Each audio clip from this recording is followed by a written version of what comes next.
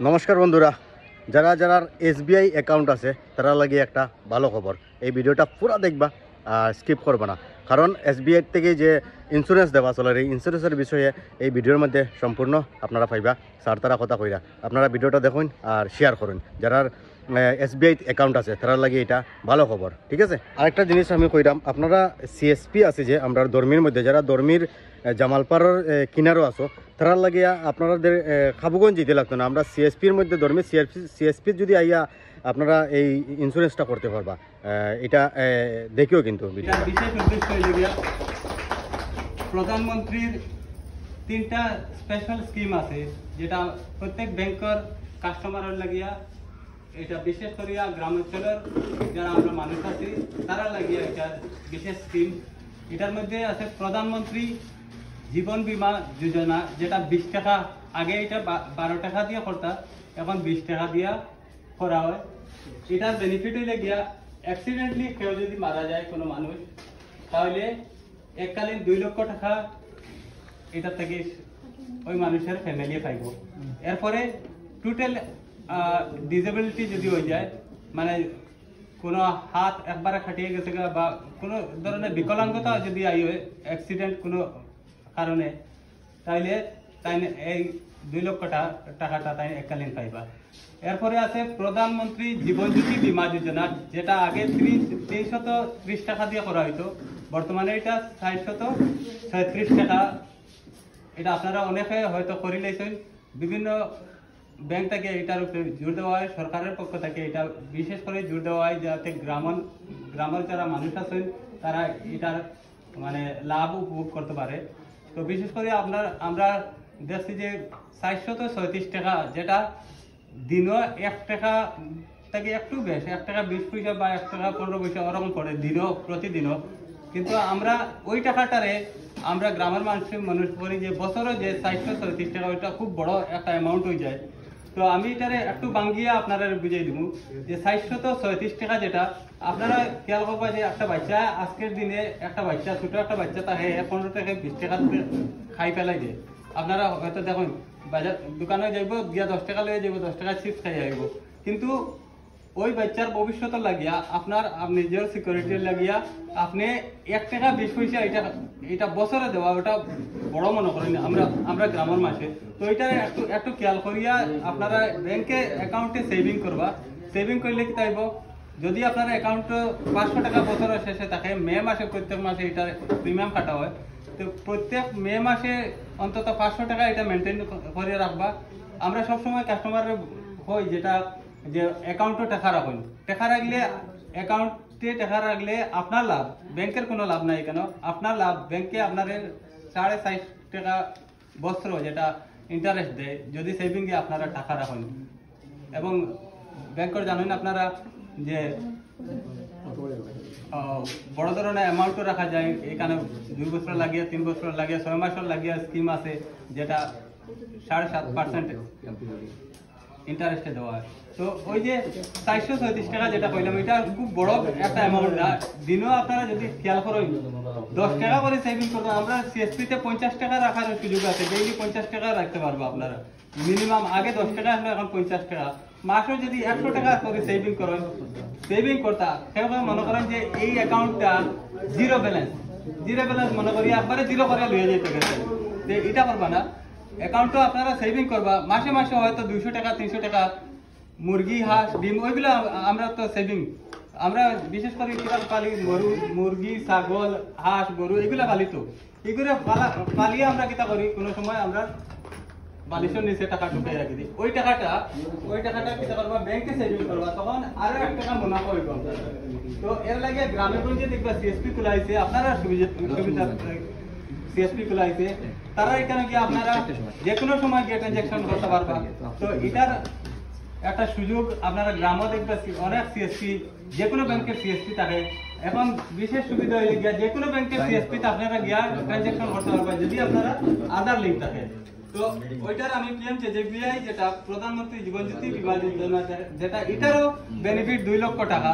যদি আপনারা এটা, কিন্তু আগের যেটা আমি কইলাম 20 টাকার, যেটা 20 টাকার এটা অ্যাক্সিডেন্টলি কিছু হইলে পাইবা, তার ফ্যামিলি যা নমিনি রইবা। আর এটা হইলে জীবন জ্যোতি যেটা এটা যে কোনো ধরনের যে কোনো ভাবে যদি কোনো মানুষ মারা যায় তাহলে তার ফ্যামিলি 2 লক্ষ টাকা পাইবা। এখন কইবা আমি সারা বছর দিয়া আমার অত টাকা জমা হয়ে গেছে আর আমি 2 লাখ টাকা পাইতাম নিয়ালি। হিসাব করে দেখবা আপনার যদি বয়স এখন যদি 30, আপনি যদি আরো 35 বছর বাঁচেন তখন আপনি 436 টাকা করিয়া একবার পূরণ করিয়া দেখবা কত টাকা হয়। যদি 30 বছর বাঁচেন আরো হিসাব করে দেখবে 12 থেকে 13,000 টাকা, কিন্তু সরকারে আপনার 2 লক্ষ টাকা। তো আমার গ্রামের একজন মহিলা গত 3 মাস আগে মারা গেছেন, বয়স 25 বছর। এরকমও মারা যায় মানুষ কোনো প্রেগনেন্সি থাকলে বা অন্য জটিল রোগে থাকলে, হঠাৎ করে যদি মানুষ মারা যায়। তো ওই সকল মহিলা লাগিয়া খুব উপকৃত একটা স্কিম যেটা হইল PMJJBY, এটা আপনারা করবা আর গ্রামের মানুষকে বুঝাইবা।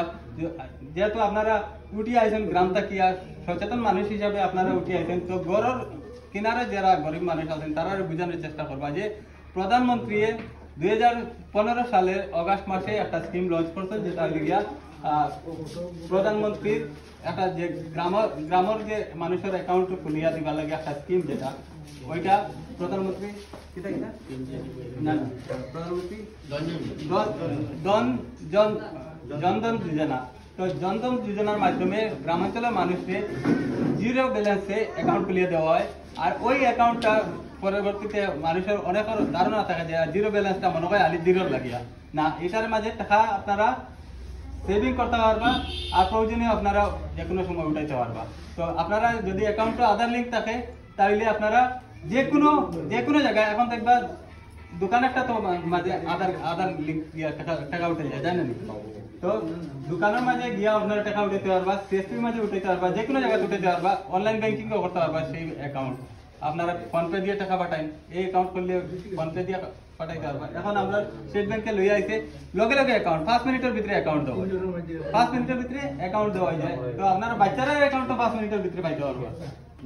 আগে এই সুবিধা আসলো না, এখন 10 টাকিয়া যারা উপরে বাচ্চা আছেন 18 বছরের নিচে তারা সঙ্গে সঙ্গে অ্যাকাউন্ট নম্বর দেওয়া হয়ে যায়। তো এইটা সুযোগ নিবা। এরপরে আমি আর একটা বিশেষ স্কিম আছে, আমরা অটল পেনশন যোজনা।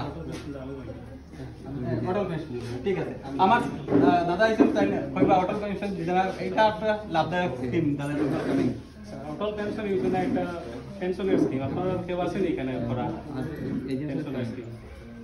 আমি reserve bank of India project থেকে এসেছি, এখানে আজকে ক্যাম্প পরীক্ষা লেগে আজকে ভালো কাটবার কথা আসলে এখানে আছে না। এখানে আপনারা দেখুন অটল পেনশন যোজনা এরকম একটা স্কিম আছে পেনশনের, 3টা পেনশনের স্কিম থাকে। অটল পেনশন একটা, প্রধানমন্ত্রী শ্রমযোগী মনধন যোজনা একটা আছে, আর একটা আছে MPS। অটল পেনশন যোজনা এটার মধ্যে আপনার 5,000 পর্যন্ত পেনশন পাওয়া যায়। যখন 60 বছর বয়স হইব তখন আপনারা 1,000 থেকে ধরিয়ে 5,000 পর্যন্ত পেনশন পাইতে পারবেন যদি ফরিয়া রাখেন। এটা বয়স হইতে লাগবে আপনার 18 থেকে 40 বছর এর ভিতরে হইলে করতে পারবেন। এটা আপনার বয়স অনুযায়ী কাটবে। আপনার মনে করেন যদি 18 বছর বয়স হয় তখন আপনার যদি 5,000 পেনশনটা পাইতেছেন তখন আপনার 210 টাকা করে কাটবে।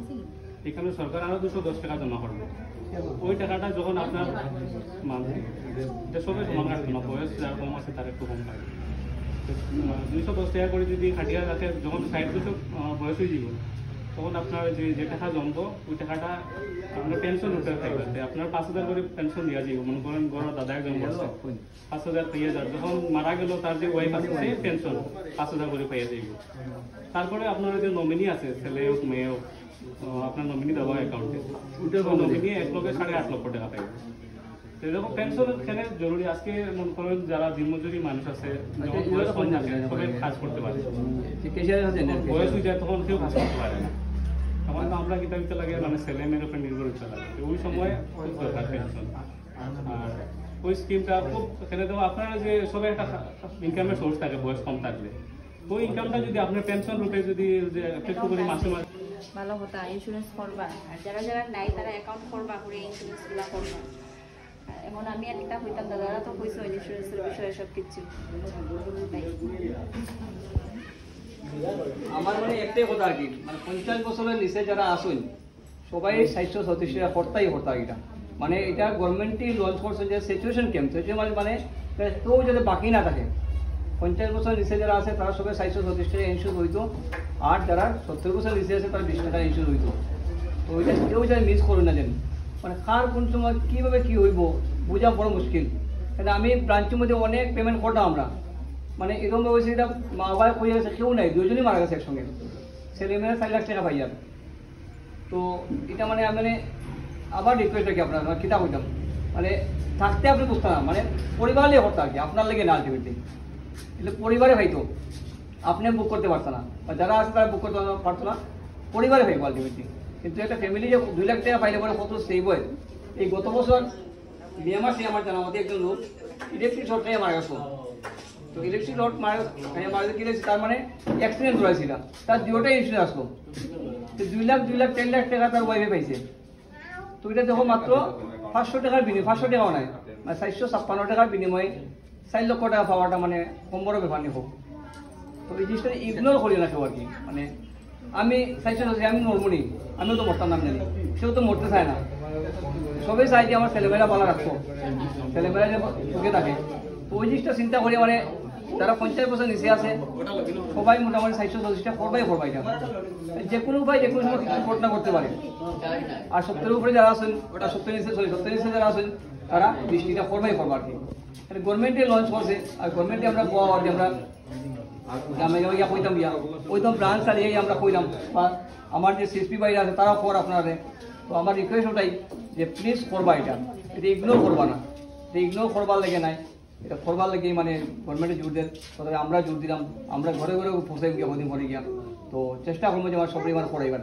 তো এটা ডিপেন্ড করে আপনার উপরে, আপনারা যে করতে যে না যে চান, যদি আমি ঘরে গিয়া কই আর এখানে কই যেখানে কই তো লাভ হইতো না। তো ডিপেন্ড করবো আপনার উপরে, তো আপনারা করতা। তো আমার রিকোয়েস্ট হবে হতে যে করবা এটা, মানে আপনারা নামে ইন্স্যুরেন্স করাইবা, যদি আপনারা কোনো কিছু হয় তো যাতে ফ্যামিলি মেম্বার যারা আছে, নমিনি যারা আছে, তারা যাতে কিছু একটা পায় বেনিফিট। তো ওইটাই মেইন উদ্দেশ্য আর কি আপনার। তো আপনারা আইসেন অত কষ্ট করিয়া, আমরা খুবই খুশি। তো আপনি করবা, আপনি ঘরে যে লাগাও যে যারা আছে তারাও খুঁজবা করবার লিগিয়া, তারাও করতো, ঘরে ফ্যামিলি মেম্বার আরও যে সব দেখে তারাও করাইবা। তো ওইটাই আর কি মুখ্য উদ্দেশ্য আমরা আবার, ঠিক আছে। ওই কথা কই আমি বক্তব্য শেষ করলাম। আর যদি কোনো অসুবিধা হয় তারা আমরা সিএসপি বাইরে আসেন, তারা ডিসকাস করবা।